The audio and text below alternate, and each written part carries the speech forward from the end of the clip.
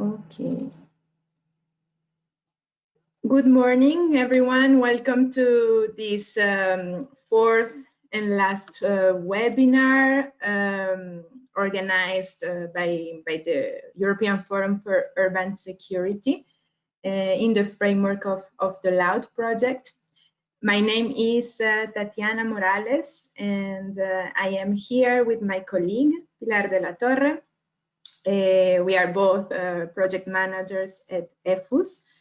And before we give the floor to our invited panelist today, Gifty Boachie, and for the new participants that are joining us today, I will, as always in our previous webinars, I will just take a few minutes to present EFUS and the reasons of this project, of Loud project, on alternative narrative campaigns to prevent intolerance and extremism.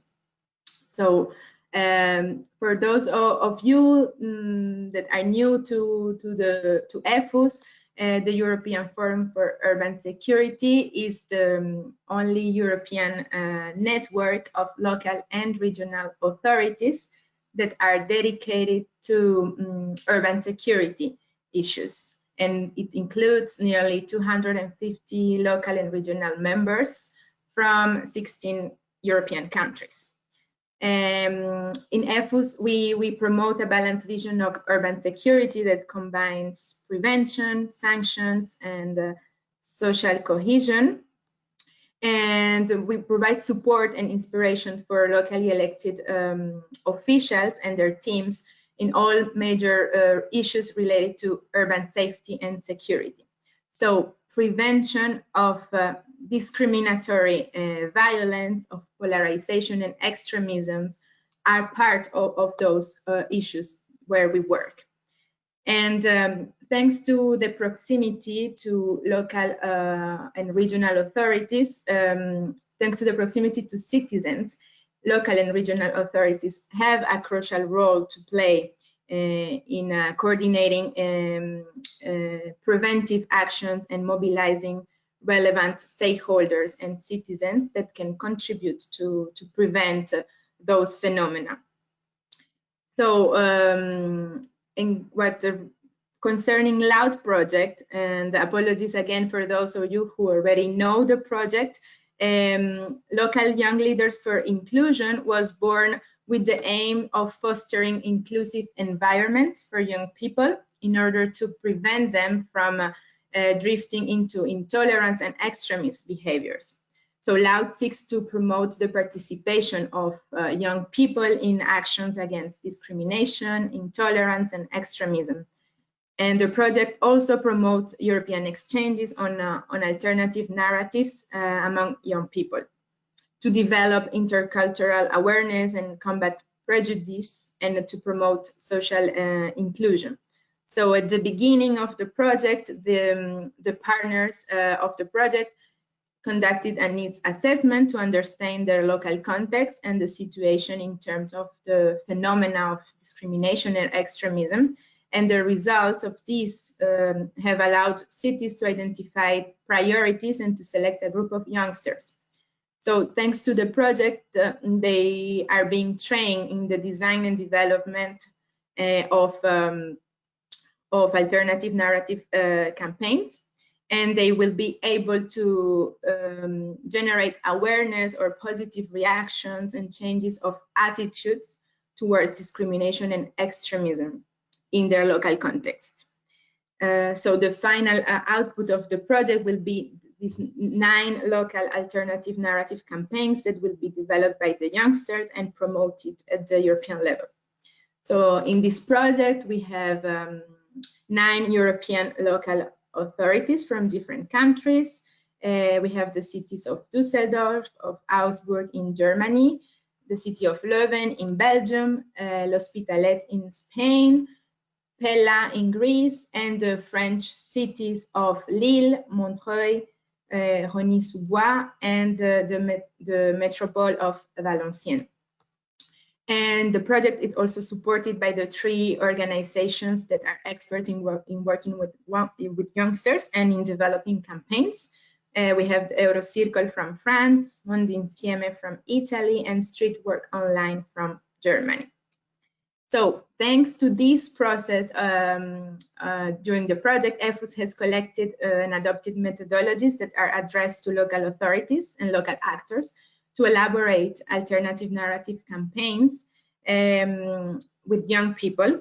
And we wanted to share this knowledge with a wider audience. This is the reason why we launched this series of webinars, of 4 webinars in total. And we would like to consolidate these webinars as part of EFUS tools to share knowledge and experience with a wider audience. We have come to the end. Today is the last webinar, and in the previous ones, we have addressed issues such as the role of these alternative narratives in preventing discrimination, polarization, and radicalization, why the importance of the local communication approach, what are the steps in designing a campaign, or alternative creative manners for making a message more engaging, how to use the content strategically and boost the online presence and reach of a campaign. And today webinar that concludes the series, our invited expert will talk more about the principles of dissemination and measurement, the channels and of communication and the platforms that exist. For our French speakers, a retransmission of the webinar will be available within 10 days with the French subtitles and will be uploaded on YouTube channel. Before starting, again, some instructions regarding this webinar. We will have 30 minutes of Gifty's presentation, and you can submit your questions by using the question option in the menu at any time. We will then have the last 20 minutes dedicated to the Q&A, and you can also download the Gifty's presentation from the hands out section in the menu. Also, at the end, you will receive a survey that we really invite you to fill in, and would be very much appreciated so that we can also improve. I take the opportunity to also very briefly answer some frequently asked questions before proceeding to the expert presentation. So if you missed the previous webinars, they are all available on EFU's YouTube channel in English and with the French subtitles.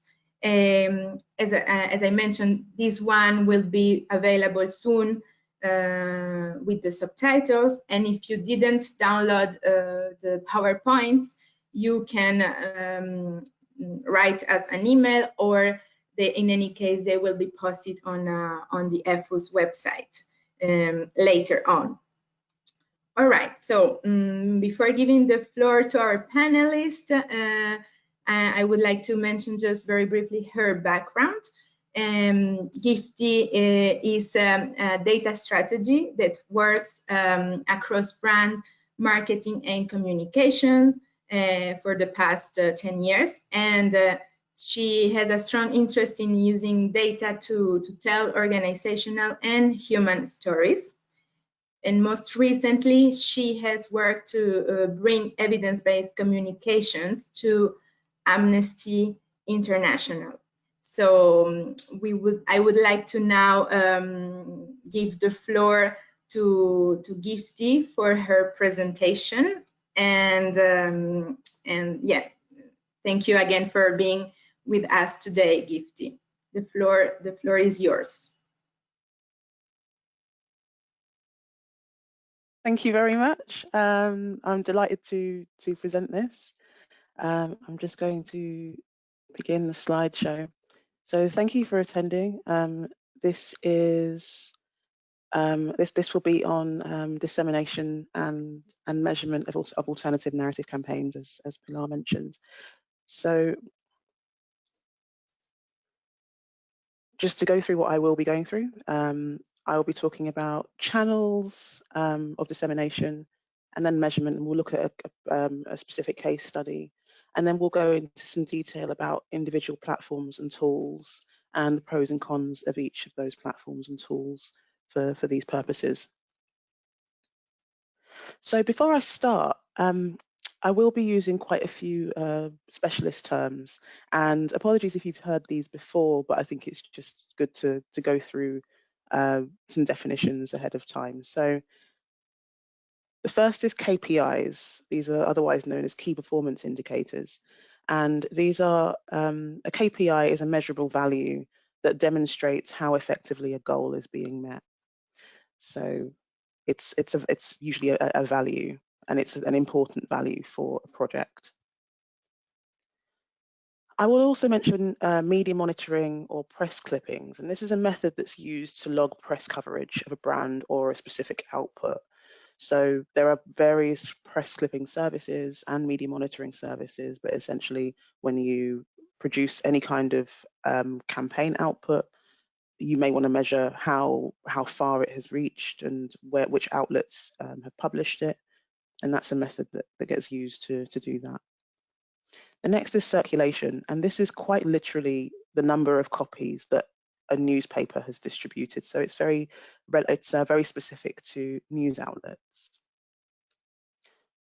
There's also footfall. So this is another very literal definition, and this is the number of people passing through a physical space in any given time. So it could be a busy shopping street.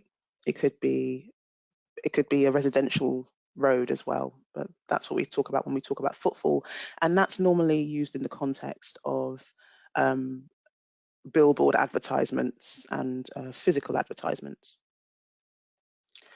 The next is very relevant to digital media, and that is the bounce rate.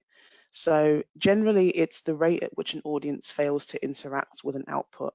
And it's normally used in a website context, but can also be used in an email context. In this presentation, I'll be referring to it in the website context. Social listening. So this is a method that's used to measure social media conversation around a given topic or by a particular audience. So what you'd normally do is write some keywords and turn them into what's called a query. So you're asking for all mentions of these words, show me what people are saying, and that's social listening. Campaign reach, and that's quite literally the number of people exposed to a campaign output. So it may be a combination of circulation, it may be a combination of press clippings, it could be lots of different things, but campaign reach is generally the number of people exposed to a campaign output. Campaign conversion, and this is the number of times a campaign goal was completed. Now that goal could be many different things. It could be attitudinal change. It could be at the end of a campaign, you want people to purchase something, but either way, that's a conversion figure. And then there are three media types that we're going to talk about in this presentation as well. The first is owned media. So these are media channels with content that you have complete control over.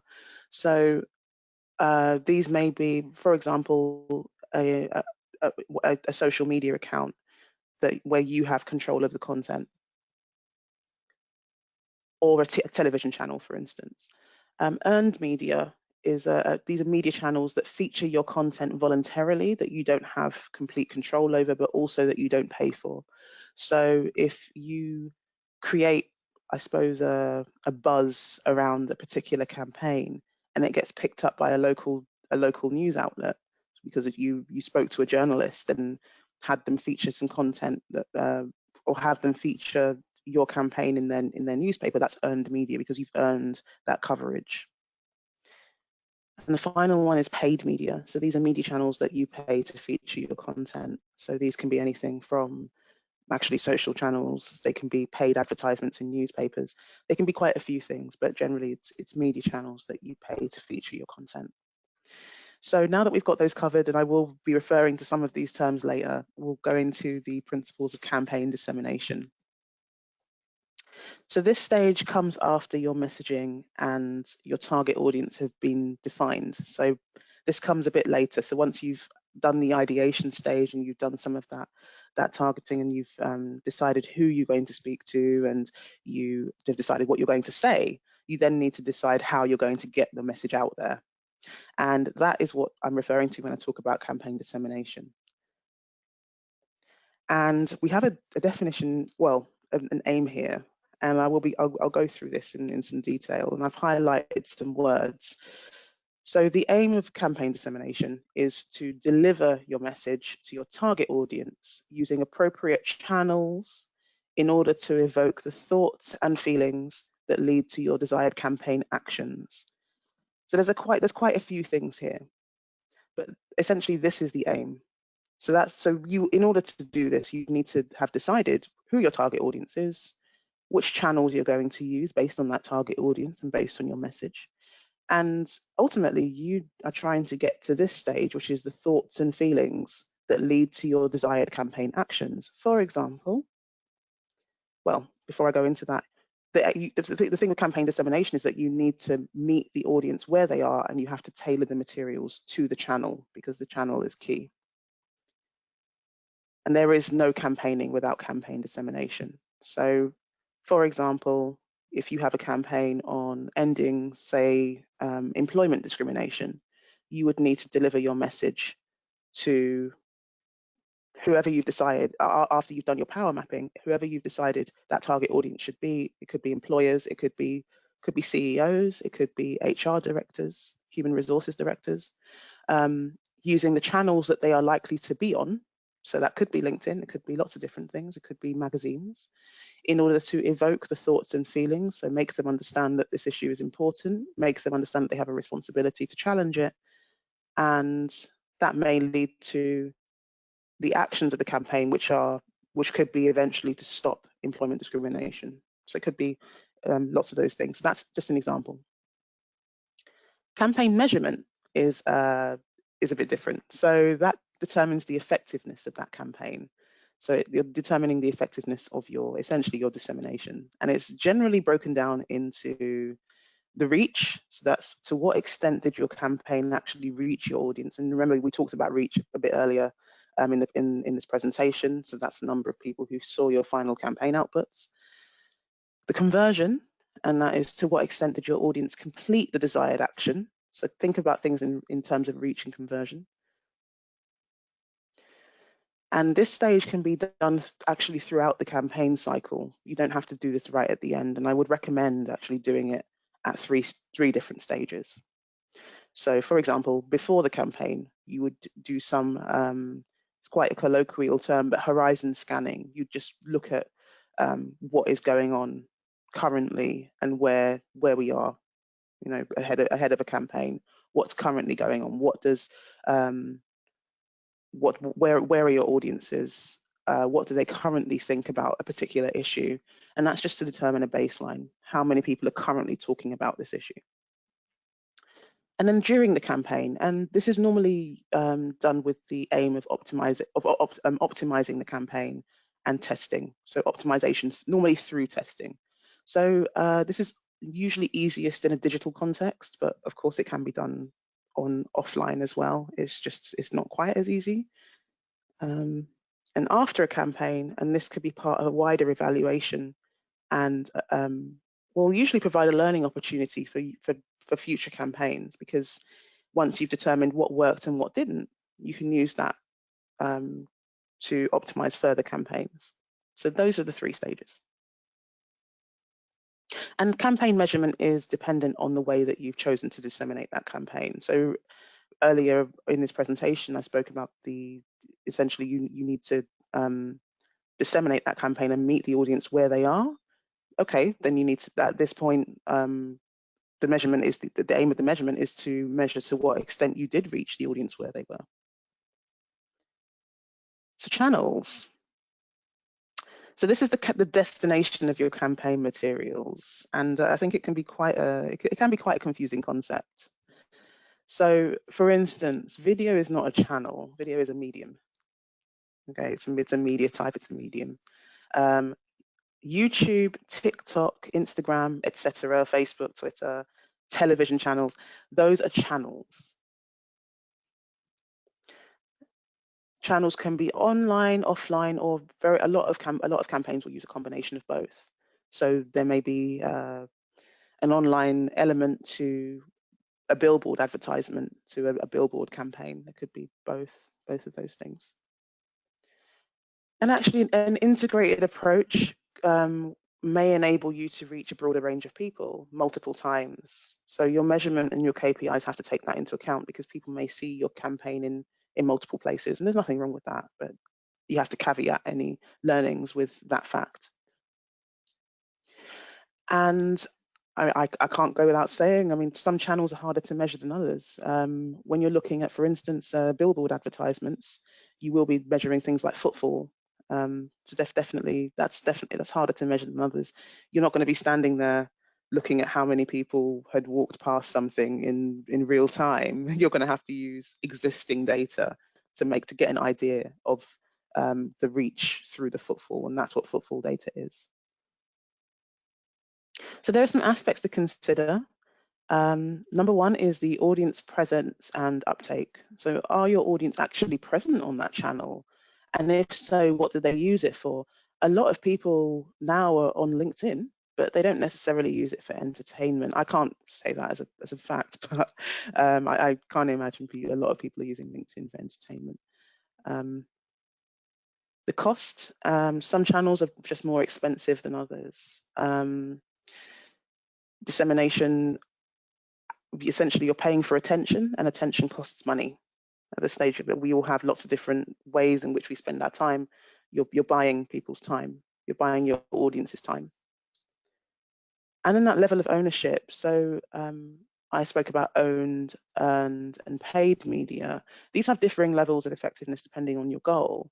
If you are a fairly small brand, your own channels, owned channels, may also correspond to that. You may have maybe 1,000 followers on various social accounts, and so it might be important to create some buzz around your campaign and earn some media in other outlets that will feature your campaign for free, and you won't need to pay for that. Or you may need to do what actually a lot of brands have to do and just pay for media, so pay for adverts and that sort of thing. But they just have differing levels of effectiveness, just depending on your goal. So, for example, you may have complete control over your Facebook page or your television station. So I know we have a lot of municipalities and cities here, and that's owned media. So if you have a local TV station, that's your owned media, and you have pretty much complete control over what goes on it. But it might not reach as many people, as I mentioned, in a regional newspaper, earned by a press release. So if you have your TV channel, it might be worth producing a press release so that a local newspaper picks it up and publishes some information about your campaign. So to earn media in that way. Or you could advertise, for instance, on Instagram, and that will be paid media. So these are the ways in which you can sort of begin to build your dissemination strategy for your campaign. And then there's feedback and learnings, which is definitely another thing to consider. Some channels provide more opportunity for insight generation than others. The digital channels often do, because they come with a lot of metrics. They come with a lot of numbers. So you can measure lots of different things. But with that in mind, it can also be difficult to decide which things are worth measuring. So that KPI generation, KPI development is very important. You may be presented with 150 different numbers, different measurements for things, but which ones are most important to you depending on your goal. So measurement, a key part of campaign evaluation, and it allows campaigners to quantify success. So going back to some terms that we used before, so the reach, how far did it go? How many people saw it? Conversion, did those who saw it take the desired action? So was there a change in behavior or attitude? And depending on the dissemination, the KPIs have to take that into account. So for example, if a social media campaign was disseminated across all social networks, but TikTok is the key campaigning channel, then KPIs should focus on TikTok. So if you determine that your audience was mainly on TikTok and there was opportunity for a campaign to really take off on TikTok, then you focus on TikTok. It's nice that there are other metrics, but your key performance indicators should focus on TikTok. And as I mentioned before, digital channels produce a lot of metrics for measurement purposes. It's a lot easier to get numbers out of digital channels, but it's a lot of information. So you have to really decide what you're going to focus on. So I'll give some examples. So over here on the left-hand side, I've got medium and channel, and on the right-hand side, I've got measurement. So there's lots of different ways to measure the medium and the channel. So for example, a video posted to a local authority Facebook account could be measured by organic reach and video views. And these are figures that you would get from Facebook Insights. A press release released in a national newspaper that was picked up by a national newspaper, so that's that earned media that we spoke about, would be measured by media mentions and newspaper circulation figures. So we mentioned circulation a bit earlier. So that's the number of people that and the number of copies that a newspaper produces. A Twitter campaign post by staff brand ambassadors would be measured by handle mentions. So that's the mentions of the Twitter handle. Twitter keyword and hashtag mentions. So that's some I suppose, top-level social listening, and potentially some sentiment analysis. Was it positive or negative? A blog on your website, so that's owned media, would be measured by page views, and then potentially some engagement metrics like time on page and further online journeys on the website. So did people view more content as a result of viewing the blog? An outreach workshop attended by local journalists. So this is an offline campaign. So if you've held a workshop and it's been attended by a local journalist, you may want to know quite a few things actually. How many people attended the workshop is definitely a thing to measure. The media mentioned, so that earned media again because you had a journalist visit, and some Twitter keyword mentions as well. So a bit of potentially some social listening. A poster campaign, so another offline campaign output in a local authority office. So you might want to measure, for instance, recall rates via staff and visitor polling, just by asking, did you see this poster? Did you see anything like it? There's also surveys, focus groups, and then things like QR code tracking. So if there's a QR code on the poster, how many people viewed the website, the destination website via that code? That could be an example. And then there's influencer TikTok videos. So if you've worked with an influencer on TikTok, which is a massive channel, we'll talk about it a bit later, but you could be looking at followers and video views, those Twitter keyword mentions, because actually TikTok videos are very often posted to Twitter, reposted to Twitter. And that's a lot of the time how they become quite a big deal is through Twitter. And then finally, a billboard advertisement on a busy shopping street could be measured by footfall data from local authorities. So those are just some examples. So here's a case study. This is one I was very involved in when I was working for Amnesty. So the dissemination that was chosen was, we'll go through it. So Amnesty bought a full-page advert in the back of the New York Times, the international edition, with the aim of putting pressure on senators in Argentina ahead of a historic vote on reproductive rights. So this is around August 2018. The design was posted to Amnesty's own social accounts, and it was used in posters displayed by Amnesty Argentina at a rally in Buenos Aires on the day of the vote. The press releases were also issued, and a radio interview was given by myself, actually, to a very large radio station in Argentina, because I did the concept for the ad. So how would we measure that? The measurement could be the social media performance on Amnesty's owned accounts, so Amnesty social media accounts. The estimated attendees at the rally itself could be a way that we measured the effectiveness of that. The circulation figures of the New York Times itself, so how many copies of the New York Times were produced. The media mentions of the campaign, so to what extent was Argentina mentioned in conjunction with Amnesty or that particular advert? There are ways to do that. Social media keyword and hashtag mentions as well, so social listening. Petition sign-ups on the Amnesty website, because there was a conversion funnel, so there were petition sign-ups. The number of radio station listeners, it was a very large radio station, so I could get the average listeners for that radio station. Amnesty website performance of related blog pages. So again, that website analytics data, how many page views and what was the bounce rate, so that engagement metric that we're looking at, how many people left without interacting with the content.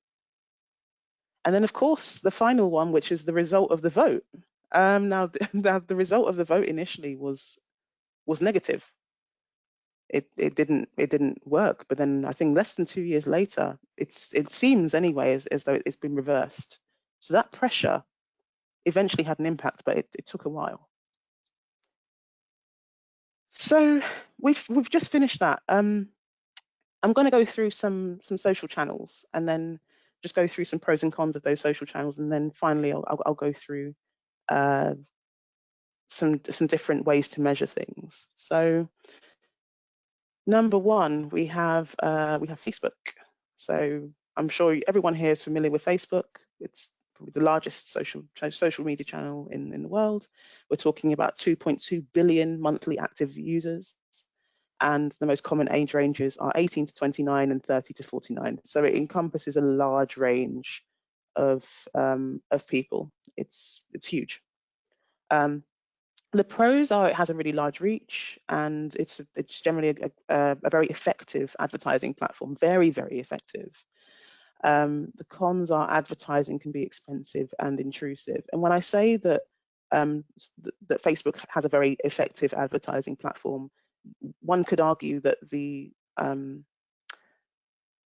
outcomes of several elections have depended on tactics used on through Facebook adverts.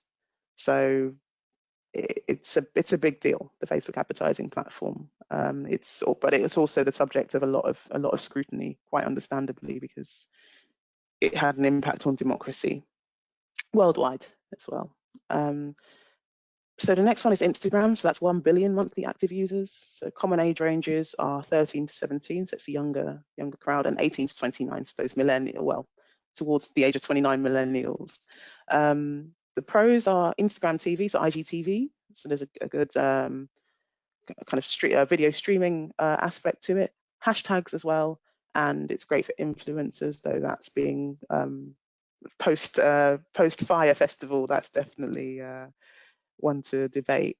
The cons are it's actually quite difficult to post links, and you have to declare ads where you've used influencers. So if you've used an influencer and you've paid them, they need to declare that they've been paid to feature your campaign. It's also highly visual, which can be exclusionary. I know that there are things that you can add to posts to make it more inclusive, so people with any vision problems can also experience your content. TikTok. 500 million monthly active users. The most common age ranges are 14 to 19. So it's a very young crowd, and that encompasses 41% of TikTok users. So 41% of TikTok users are between the ages of 14 and 19. That's a very young crowd. Now the pros are it's video led. It's again very visual. It's had rapid growth. TikTok is doing now what Instagram was doing about 5-6 years ago, where it was just growing rapidly. It's massive now. Another pro is video downloads. So there's a lot of downloads, and then videos get posted to other platforms, and then people come back to TikTok and then want to see the person that's been made very famous on TikTok. The cons are that there is a subculture on TikTok, and the tone of voice can actually be very difficult to access. So unless you are an active user or you know a lot of active users, you may essentially you're going to need to get some real consultancy from people who use TikTok at the time. And I know that this is a youth-led project, so a lot of the youngsters that you're working with are likely to be very familiar with TikTok and will be able to access the tone of voice used.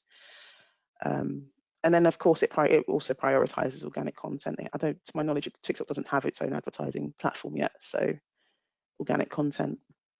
So that, by organic, I mean it's not paid.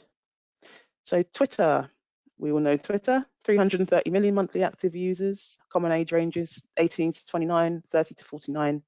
It's a big range, big range. The pros are, Twitter has been really good for movement building in the past. Because of the use of hashtags, it's highly searchable, it's completely public as well, so unless a tweet is hidden or it's from a private account, which is quite rare and a bit discouraged actually on Twitter, it's great for movement building in that way. It's also a channel that provides normally direct access to celebrities, so it's not their PR people a lot of the time that are responding to things, it's the celebrities themselves. It's highly searchable because it's got that public nature, so you can pretty much search for anything. So if you don't have the budget for social listening tools, but you're just trying to see how people are talking about a particular issue, I would actually advise going for the advanced search function on Twitter before you purchase any social listening tools. The cons are, again, it's got a very public nature. It can, there are accusations of it being toxic, and I know Amnesty was pretty adamant about that Twitter can be particularly can provide quite a bad experience for already marginalized groups. So then you have LinkedIn, 660 million members, so not active users, but members. It's measured a bit differently. And the common age ranges again at 18 to 29 and 30 to 49. So in recent years, LinkedIn has had very rapid growth among 18 to 24-year-olds. And that's essentially, we're talking about people who are leaving education, most likely, or just sort of really beginning to, or they've left training and they're beginning to start their lives in the world of work. It encourages discussion a lot. Now, the tone of voice around social justice issues hasn't quite been established, and advertising can be expensive on LinkedIn. Now, at the time of writing this presentation, initially, it was before the murder of George Floyd.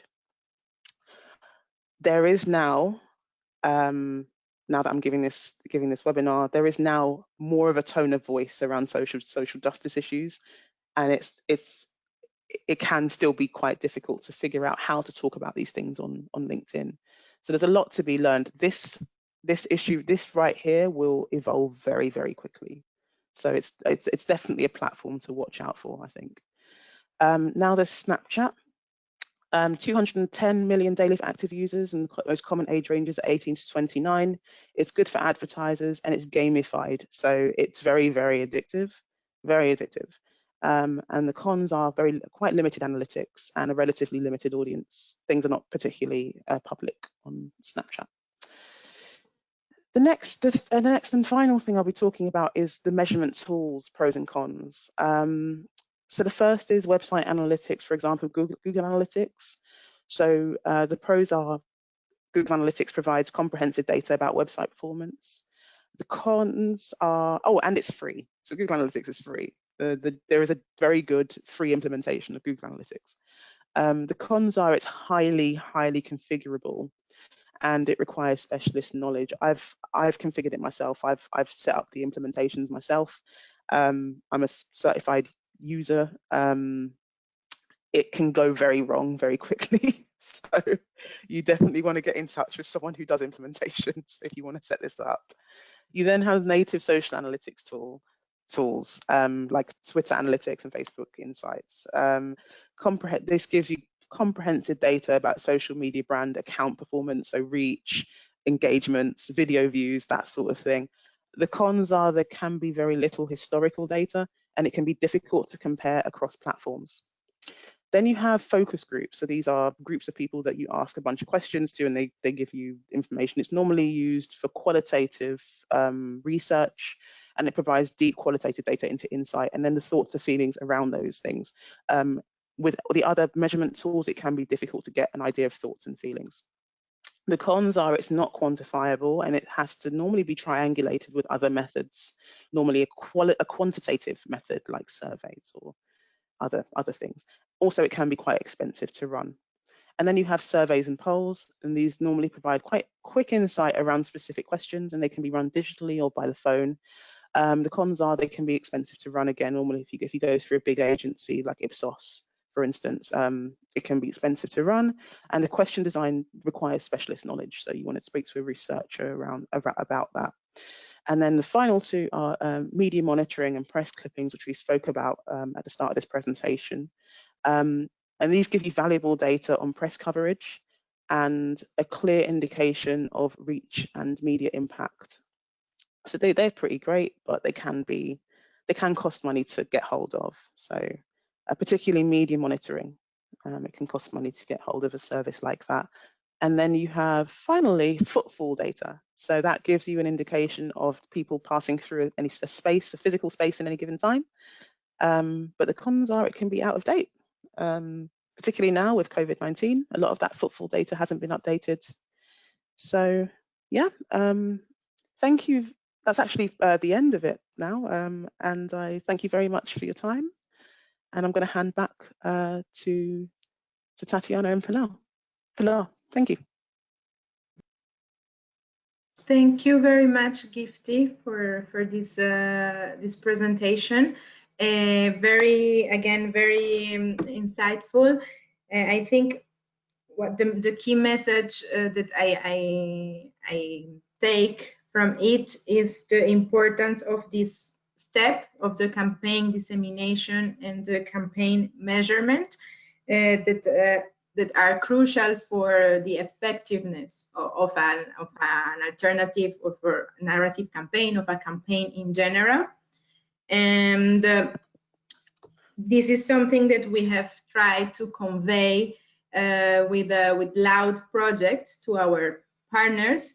That is to say that every steps of the campaign, not only the design and the first steps, but also this phase of really getting your message through, it's equally important. And what we understand from it is that it requires a little bit of knowledge, of resources, and of time.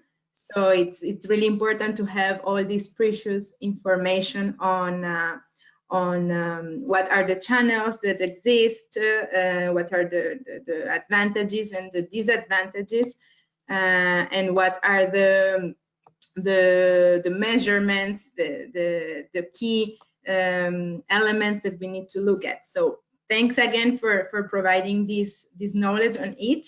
I hope that with all this series, we have been able to see the process of a campaign and understand that every step is really important in building a successful campaign. So once again, dissemination and measurement are part of these crucial steps to ensure that we have an impact and we have a reach in our audience and on our goals.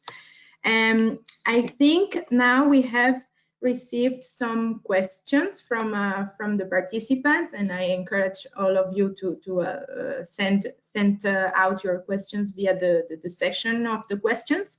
Pilar, can you see if there are some questions? Yes. Actually, we have 15 minutes for questions and answers. We have one question, Gifty, and is considering if you can provide an example of a campaign that went wrong, and if you can give us some tips in the case if something goes wrong. I can provide many examples. Yeah, okay, I can. So there, actually, I'll use a different example.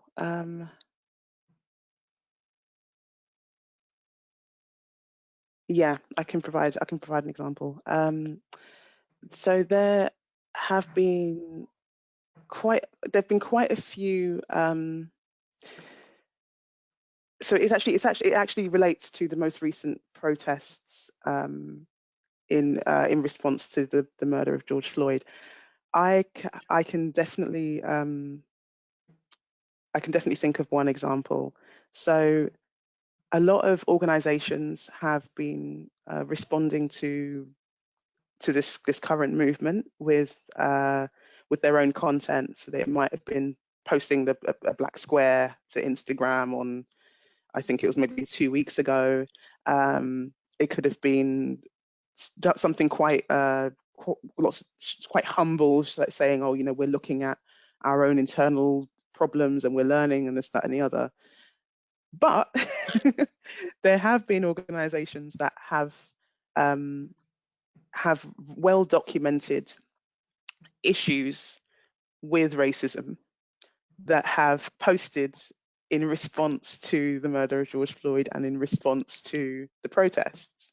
And what's happened is the audiences have come back and have said, well, what are you doing about your own internal issues? An example I can give, and this is very, very public, is L'Oreal. So a few years ago, they removed a model from their campaign called Monroe Bergdorf, in response to something her own lived experiences as a Black trans woman, and she was talking about racism. And they asked her they said, you can't talk about this, essentially. They censored her and said, well, you have to go, you can't be part of this campaign anymore. They did the same to a radio presenter in the UK called Clara Amfo. And that same company then posted in response to this movement. And it was very interesting because people came back at them and said, what on earth are you doing? And the model herself said, what on earth are you doing? The way that I think what I would have advised them to do, aside from obviously don't do racist stuff, would have been to read the room. Is it really time for you to respond to this? I think some preliminary, even just looking at social media, is it time? Is it the right time for you to respond to this? And are you equipped to respond to this at this stage? Do you genuinely have the tools to respond to this? And what are you trying to gain by responding to this movement? And I don't think they had, I mean, from my perspective, I don't think they really knew what they were trying to gain from that. That's an example of a campaign I wasn't involved in. I can give an example of a campaign I was involved in as well. And that it has, yeah, I think that's definitely, I can think of an example where there have been outputs that have just, they've relied too much on owned media. So essentially, something has gone out and it's gone out on on Amnesty's own channels, and it's been expected that this thing is going to take off and cause a massive movement elsewhere, and it doesn't. It doesn't. If something sits in your Facebook feed, it may be seen. I mean, I think that the targets that I'd set when I was there, when I was there, for maybe 160,000 per post, and that was the reach. That's still 160,000 times that something has been, or accounts that may have seen it. But as you scroll through Facebook, you go right past most things. You're not going to necessarily think of it again. So I think that from what I've seen in campaigns that I have been involved in, it's an over-reliance on owned channels. And I think bigger channels or bigger brands have a habit of doing this instead of earning media coverage elsewhere. Okay, thank you, Gifty, for giving us these bad examples. This is important. We can learn from that too. We have other question, and I think it's related concerning the use of the hashtag. We see in the last weeks the massive use of this hashtag. So here there are two questions. The first one is if you have any suggestion to create a good hashtag because people, as we are working on anti-discrimination, anti-racism, anti-extremism campaigns, and if you have any elements to consider to don't fall on the over discrimination, or have a difficult message to pass. This is the first question. And also related to that question concerning the hashtag is that we observe that there are many people using or tagging the hashtag, but how we can be sure that this can be translate in a real change of behavior?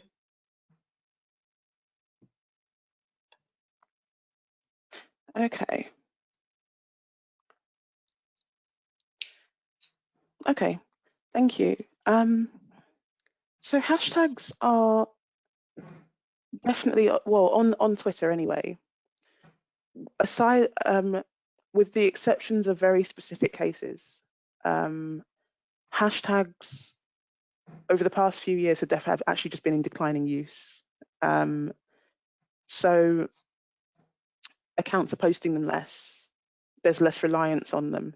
Again, except for specific cases. So, for instance, in France, it's like justice for Adama, for instance. That's a big hashtag, but that took years to become, huge. And the incident that it's associated with was so egregious that a lot of people happen to be posting at the same time.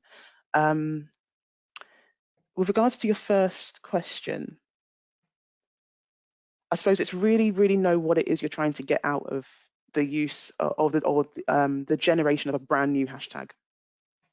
If there isn't already a movement that could latch onto it, you may have trouble starting a hashtag that takes off and becomes very popular and gets reposted if there isn't already a movement associated with it. If there is a movement already associated with it, great.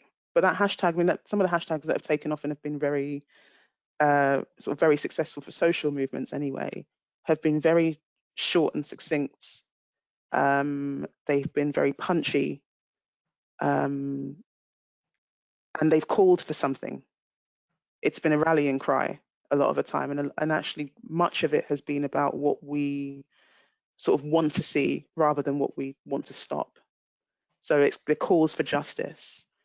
They're calls for, even with something like Black Lives Matter, it's saying something. It tends to be in the affirmative rather than whatever the opposite of affirmative is. I can't think of the word, but it tends to be in the affirmative. So with regards to the second part of that question, so can I sort of get a repeat of that? Sorry. Yeah, the second part of the question was related to how the massive use of the hashtag, everyone is using the hashtag in a correct or in a wrong way, but how this can be truly traduced in a change or behavior. How people who is developing campaigns can be, what kind of actions maybe they can undertake on live or in parallel of this hashtag movement that can be in a good way to change behavior of people. Yeah. Okay. The hashtag has to be accompanied by something substantive. So if you were to say, end this thing right now, people, it just won't get taken on. Additionally, I think if you're going to start a brand new hashtag, have some people in mind that will already latch onto it so that you can create some buzz immediately. But this is just maybe a slightly controversial statement, but a lot of campaigning just has to be more than, it is just more than a hashtag. So I think that's why I'm trying to get across that there shouldn't be an over-reliance on hashtags on social media. It has to be accompanied by something punchy, something strong, by a strong story, a strong narrative, and then ultimately what may come of it is actually a completely user-generated, audience-generated hashtag. It's very difficult to start hashtag movements organically. Yeah, I think that's... Okay, we have 5 minutes left, and we have 2 more questions. They are more like a technical questions concerning social media and the dissemination of the campaign. One is, can you explain more in detail what focus groups are? You mentioned some. Oh yes, so, yeah, of course. Sure. So a focus group is, at its core, it's a group of people who have agreed to answer some questions that you've written and talk about them for normally between 40 minutes and an hour. They can be shorter than that, but it's a method that's used in qualitative research. And the aim of a focus group is to get an idea of motivations, thoughts, and feelings behind anything. So it could be someone's attitude to a brand of soap. It could be someone's attitude to a social justice issue. But the aim is to get an idea of the thoughts and feelings. And what you get from a focus group, it's quite difficult to get from some of the other channels, and that is that information about thoughts and feelings.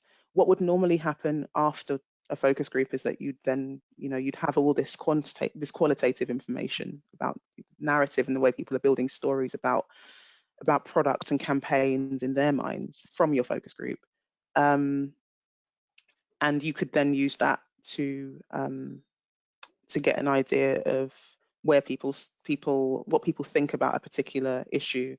If you then used other methods like surveys or analytics and that sort of thing. There are lots of agencies that run focus groups. So what they might do is they might pay. It normally requires a cash incentive a lot of the time for a focus group. You might be paid maybe £50, to participate in one. But then it can bias results as well, because it is still a self-selecting group of people. It's a really cool method, and I would always recommend it for any campaigns associated with attitude or behavioural change. I would always recommend running some focus groups. Okay, thank you. Here another question, and is related to once the campaign start to be disseminated, what is the proper duration of this dissemination in social media or offline? Okay, so I almost have 2 answers, particularly when we're talking about online. With online, you want to give it at least what's called like 2 business cycles, so that you can run tests on variations of content. So a business cycle can be a day, it can be a week, but you want to give it enough time to have run through people's timelines, essentially. That said, people will often have to see something more than once in order to gauge that it even exists. So don't do something for a day. Repost with other variations.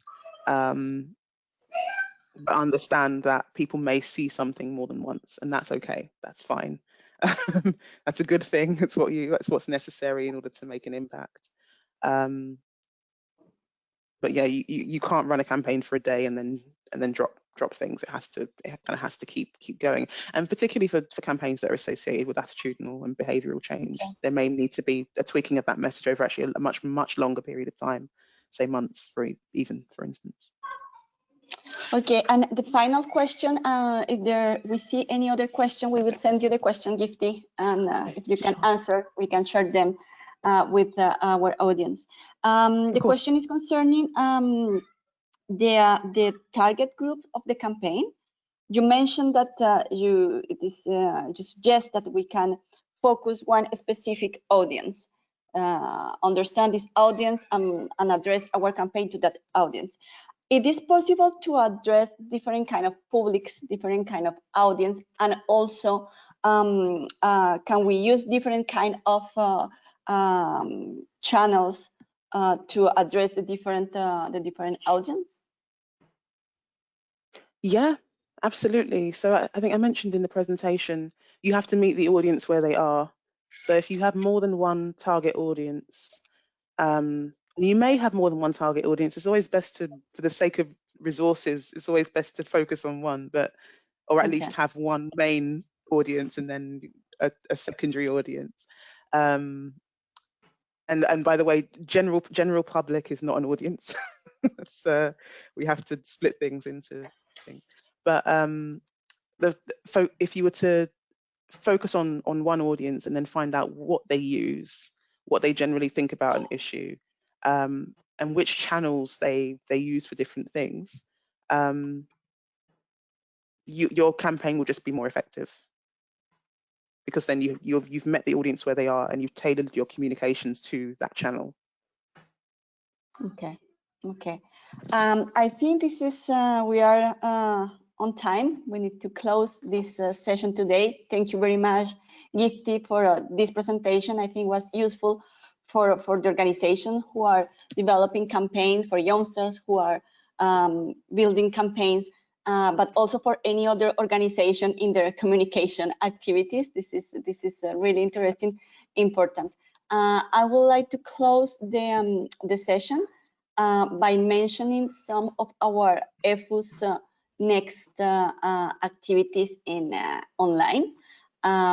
Tomorrow we will have a web conference on artificial intelligence in urban security. We will discuss about predictive policing. It will be tomorrow morning at 11 a.m. In EFU's website, you can find all the information, or if you upload this PowerPoint, you can click in the link. Also tomorrow in the afternoon, we will discuss about the cooperation and evolution of local police forces in time of crisis.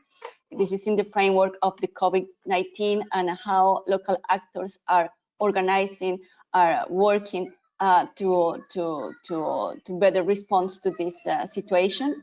The 2nd of July, we will have a session concerning how can local regional authorities foster the role of youth in promoting solidarity and the fight against discrimination. This is a session, a discussion that is really related to our work in Loud and the campaigns and the active role of youngsters. And the 9th of July, we will have another session or discussion concerning the impact of the COVID-19 on the security of senior citizens. We have discussed a lot about this population and the vulnerabilities of this population, but we would like to discuss more about their security and their feeling of insecurity of this population. And also for those interested in public spaces and protection of public spaces, the 15th, 16th, and 17th of July, we will have 3 different sessions of 1 hour and a half concerning to protection of public spaces. Thank you very much. I hope you have enjoyed all the webinars, the series of 4 webinars of Loud, and thank you so much. Bye bye. Thank you, Gifty. Goodbye. Thank you very much. Thank you. Thanks. Bye-bye. Bye.